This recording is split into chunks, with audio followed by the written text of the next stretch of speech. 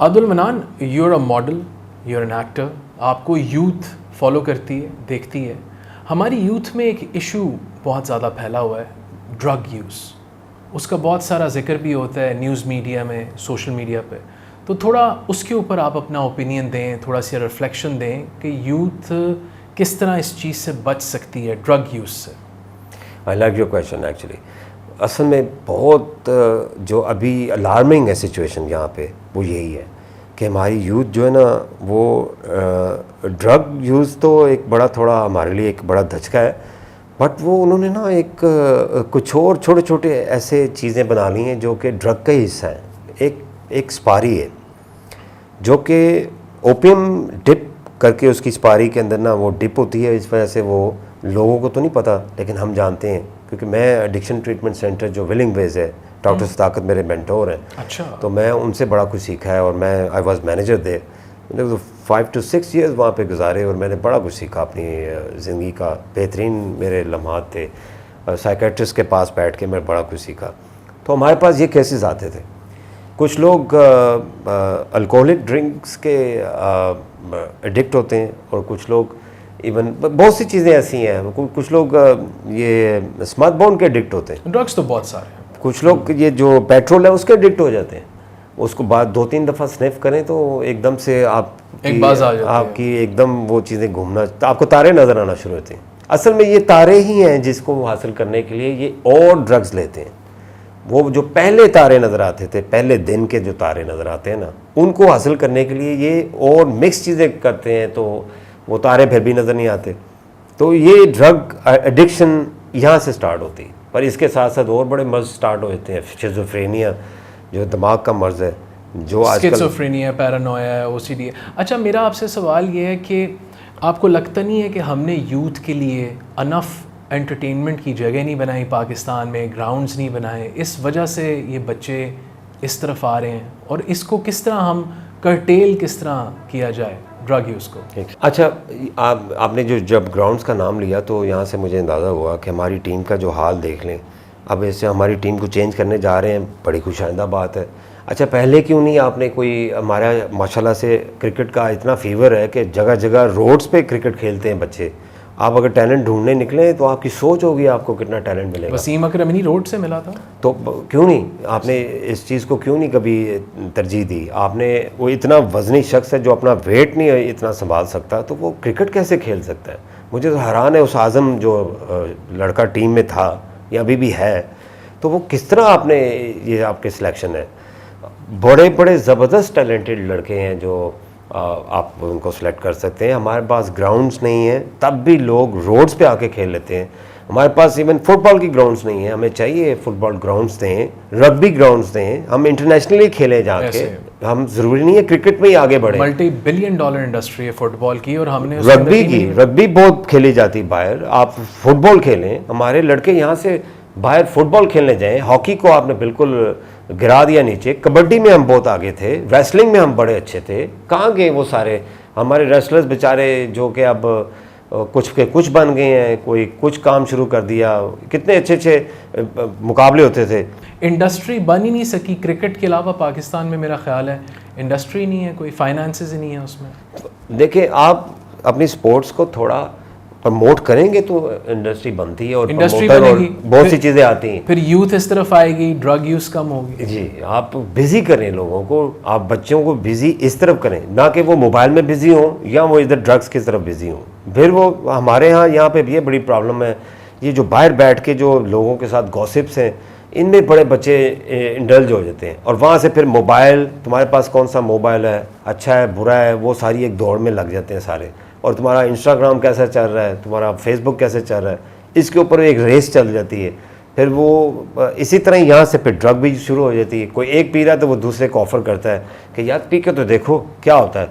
तो वो जो पी के देखना होता है वो उसके लिए एक जाल होता है, वहाँ से फंसा तो गया, वही एडिक्शन का वही बायस बन जाती है। क्योंकि उसे वो जो बत्तियाँ, जो तारे, जो वो एकदम से उड़ना शुरू कर देता है ना, वो चीज़ वो हासिल करने के लिए फिर आगे बढ़ जाता है। अब वो पीछे प्रॉब्लम्स जो चल रही हैं, चाहे वो पेरेंट्स की हैं या घर के जो मामलात हैं, वो भूल गया है। अब वो उड़ रहा है, जो हवा में उड़ना है, यही तो चीज़ उनको इस तरफ माइल करती है। तो ये और ड्रग्स लेना शुरू कर देते हैं। हमें इस चीज़ को, हमें अपनी यूथ को यूज़ प्रॉपर किया ही नहीं है। वो इसीलिए स्कैटर्ड है, ड्रिफ्ट अराउंड, कभी ये कर लिया कभी वो कर लिया। आप देख लें, आपने वेस्ट में देख लें, वो लोग आगे की सोच रहे हैं कि हम अब यहाँ पे खलाई स्टेशन बनाएं। आप वो यहाँ से किस कदर फुलफिल्ड हैं कि उन्होंने कर लिया जो करना था, और आपकी तरफ अब भेजा उन्होंने कि ये ले जाएं, अब आप 5G और 4G और 6G को चेक करें कि क्या है, वो कर चुके हैं। तो आप देखें वो किस कदर स्टेप अहेड है, यानी वो वेलकम टू बियॉन्ड टुमारो, वो आगे देख रहे हैं। हमारे अभी तक यही फंसे हुए बेचारे, वो पेरेंट्स के देखते रहते हैं। आप अभी आजकल फिर टीवी के ऊपर एक मैसेज आ रहा है कि हमारे बच्चों को प्रॉपर खुराक ही नहीं मिल रही, और वो आगे वो सोचते ही नहीं है कि हमने आगे बढ़ना कैसे।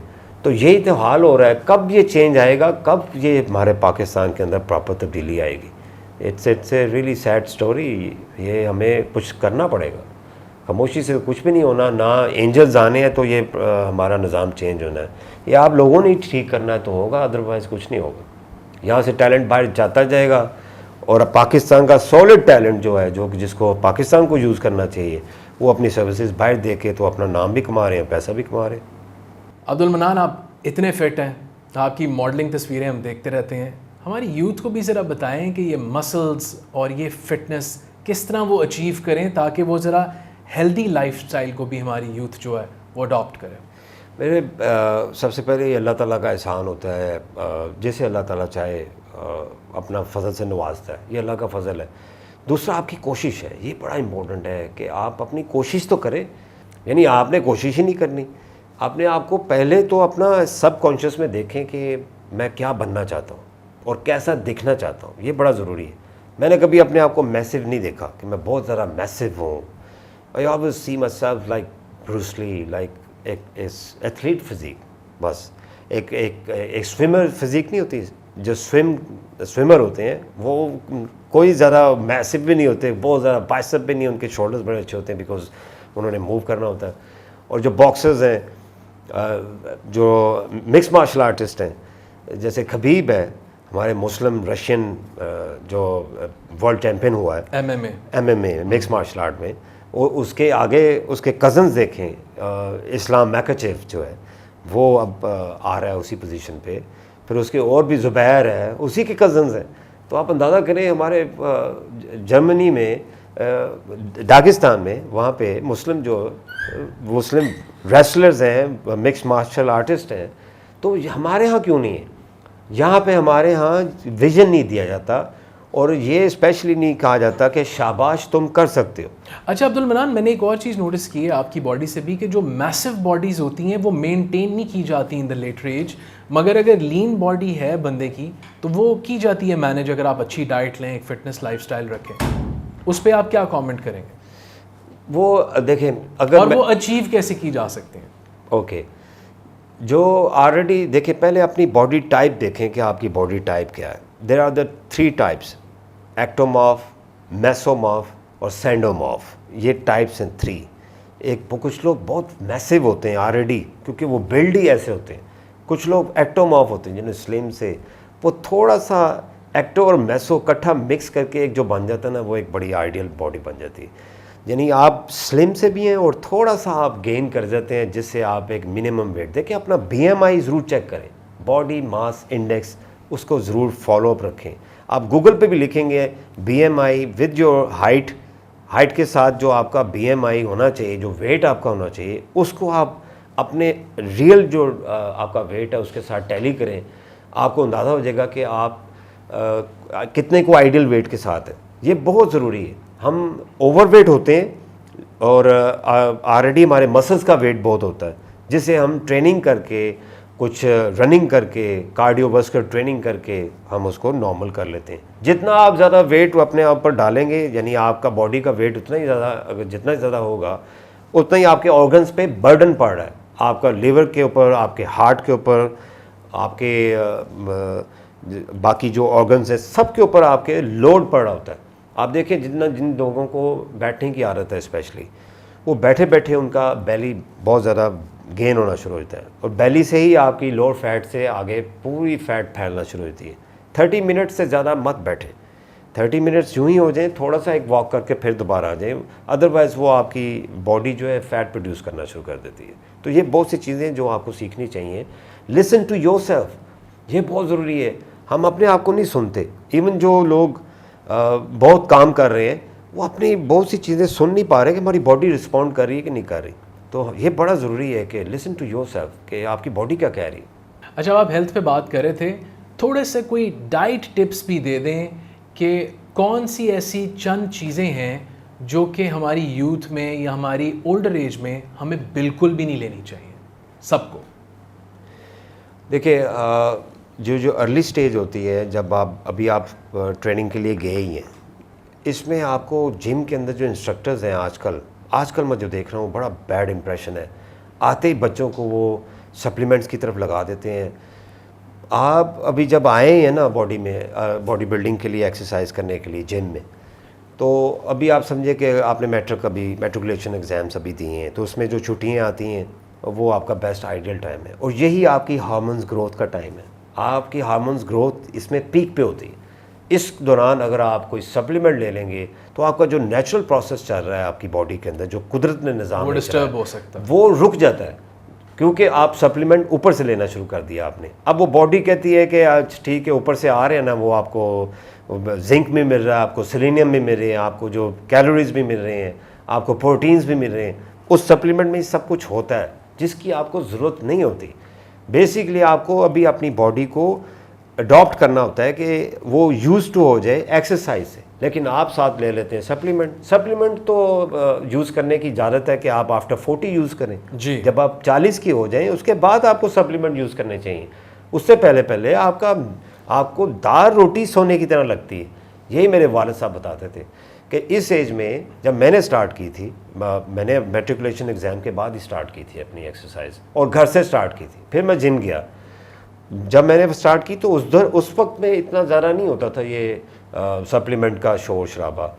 आहिस्ता आहिस्ता ये ड्रग की बातें भी सामने आई। फिर बहुत ज़्यादा लड़के क्रेजी हुए थे दूसरों को देख के, स्टेरॉइड्स, इंजेक्शंस। वो इंजेक्शंस के नाम मैं अब नहीं लूँगा, लेकिन वो और बड़े बड़े नामों से आ गए। अच्छा, अब शुगर इनटेक, कोको कोला में, इस पे भी थोड़ा सा बताएं कि फॉर ऑल एजेस कौन सी चीज़ें हैं जो बिल्कुल बॉयकॉट होनी चाहिए, जो नहीं खानी चाहिए, इसका इनटेक मना है। Very good question. वो इससे कि देखें, पहली बात है आपकी शुगर का जो मामला है वो आपको ख़ुद अपनी बॉडी को देखना चाहिए कि मुझे वो कितनी यूज़ करनी चाहिए। वैसे डॉक्टर्स कहते हैं कि शुरू से ही आप थोड़ी शुगर लेने की आदत डालें, यानी जहाँ पे आप पूरी चीनी चम्मच एक लेते हैं आप उसको भी 3/4 कर लें, यानी उसका तीसरा हिस्सा थोड़ा सा। अभी से आदत डालेंगे तो आप देखें कल को अपने आप को तैयार करें आने वाले कल के लिए, क्योंकि आने वाला कल में जब आप बुढ़ापे में जाएंगे या आफ्टर 50, 40, 60, उस वक्त आपको बहुत सी प्रॉब्लम फेस करनी पड़ेंगी। उसके लिए आज से सोचेंगे तो आपका देखिएगा बड़ा आसान हो जाएगा वो टाइम भी। ये टाइम तो बड़ा तेज़ी से गुजर रहा है। जब वो टाइम आना है तो फिर आपकी दर्दें भी शुरू होंगी, फिर आपको और बड़े ऑर्गन्स की प्रॉब्लम होगी। अभी से कोक, पेप्सी, स्प्राइट्स, ये ड्रिंक्स से आप अवॉइड करें। कोशिश करिए कि इससे दूर हटें जितना आप बचेंगे, क्योंकि ये ऑलरेडी आपकी सोच होगी जितनी चीनी इस एक सिप में, स्प्राइट और कोको कोला, ये तो बहुत ही ख़तरनाक है माशाल्लाह से। और यहाँ पे वाम धड़ाधड़ पी रही है और वो यही नहीं सोचती कि हमारे अंदर कितना नुकसान दे रही है। मैं तो ऐसी फैमिलीज़ में जानता हूँ जो हफ्ता जिनके लोग पानी पीते ही नहीं हैं, वो पीते ही सॉफ्ट ड्रिंक्स हैं, पेप्सी, कोक वगैरह। तो ये आपने उनके आप ठीक कुछ अर्से बाद उनका फिर हालचाल पूछिएगा, आए दिन उनको सबसे पहले ब्लड प्रेशर प्रॉब्लम होगी, किडनी इश्यूज होंगे, उनका जिंक, उनकी कोलेस्ट्रॉल लेवल पीक पे होगा। सबसे ज़्यादा प्रॉब्लम उन्हें लंग्स की होगी, लंग्स की और लिवर एक केमिकल फैक्ट्री होती है जिस्म के अंदर, जो कि यही चीज़ जो चीज़ें पी रहे हैं आप उसकी तोड़ फोड़ करना, सही करना, राइट लेफ़्ट, ये वो सब चीज़ों को आगे पास करना, ये उसका काम है। वो लिवर जब तक आपका ठीक है आप सेहतमंद नज़र आएंगे। जहाँ पे लिवर डैमेज हुआ वहाँ पे आप गए। हमारे जो बड़े बड़े आर्टिस्ट थे जो कि हमारा एसेट थे, वो इसी वजह से आज दुनिया में नहीं है। लेकिन मुझे बड़ा अफसोस से कहना पड़ता है कि इंडिया में भी देख लें, वहाँ पे भी आर्टिस्ट हैं, लेकिन अभी तक वो माशाल्लाह से उन्होंने अपने आप को फिट रखा है। They are very health conscious, बहुत हेल्थ कॉन्शियस, क्योंकि वो हर चीज़ को यूज़ करते भी होंगे बट वो उन्हें पता है कि हमें कितना यूज़ करना है। हमारे यहाँ इतना एक्सट्रीम हो जाते थे कि वो या आर तो पार वो वाला सीन कर लेते थे, इसी वजह से आज वो दुनिया में नहीं है। तो हमारा ये एसेट थे, ये जो हमारे जितने भी सिंगर गुजरे हैं, जो हमारे मुझे स्टेज आर्टिस्ट याद हैं, बब्बू बराल, मानुल्ला, लेजेंड्स, ये लेजेंड्स थे, कितना हमारा एसेट थे। मस्ताना और ये सब लोग, हम बड़े खुश होते थे। मेरे अब्बू बड़े ड्रामे देख के उनके खुश होते थे, तो ये हंसाते थे। इनके प्रोग्राम, इनके थिएटर के सब देख के हमें बड़ी खुशी होती थी। आज वो दुनिया में नहीं है, देखे थिएटर कहाँ चला गया, वो बिल्कुल वीरान हो गया। और ये हेल्थ कॉन्शियसनेस की कम होने की वजह से ये वजह है, क्योंकि देखें पान, सिगरेट, तंबाकू का यूज़ ये बेधड़क होकर करना, उसका नतीजा ये निकला कि किसी को लंग्स कैंसर हुआ, किसी को किडनी डैमेज हो गए, किसी तरह मौत हुई। तो ये तो चीज़ें फिर आती हैं हमें। मैं कराची में जब जाता हूँ तो मुझे बड़ा अफसोस होता है कई लोगों को देख के, क्योंकि वो पान छोड़ते नहीं हैं। उनके यहाँ कुछ ये मिथ्स हैं कि हमारे बड़े भी खाते थे तो हम इसीलिए खाते हैं। देखे, बड़े भी खाते थे, उन्होंने भी बड़ी प्रॉब्लम देखी और बड़ी जल्दी दुनिया से चले गए। मैंने देखा उनकी वहाँ पे बड़ी जल्दी इमवात हो जाती है, और उनके यहाँ पे उनको मसूड़े का कैंसर बड़ी जल्दी हो जाता है। जब एक चीज़ ईजाद हो गई है तो उसे बार बार आप ईजाद करके क्या करेंगे? मुझे ये नहीं समझ आती कि पता चल गया है कि ये चीज़ जहर है, फिर हम खाते रहते हैं, वही पीते रहते हैं। तो ये चीज़ें डिपेंड करता है कि आपके ऊपर आप इसको कितना सीरियस लेते हैं इस चीज़ को।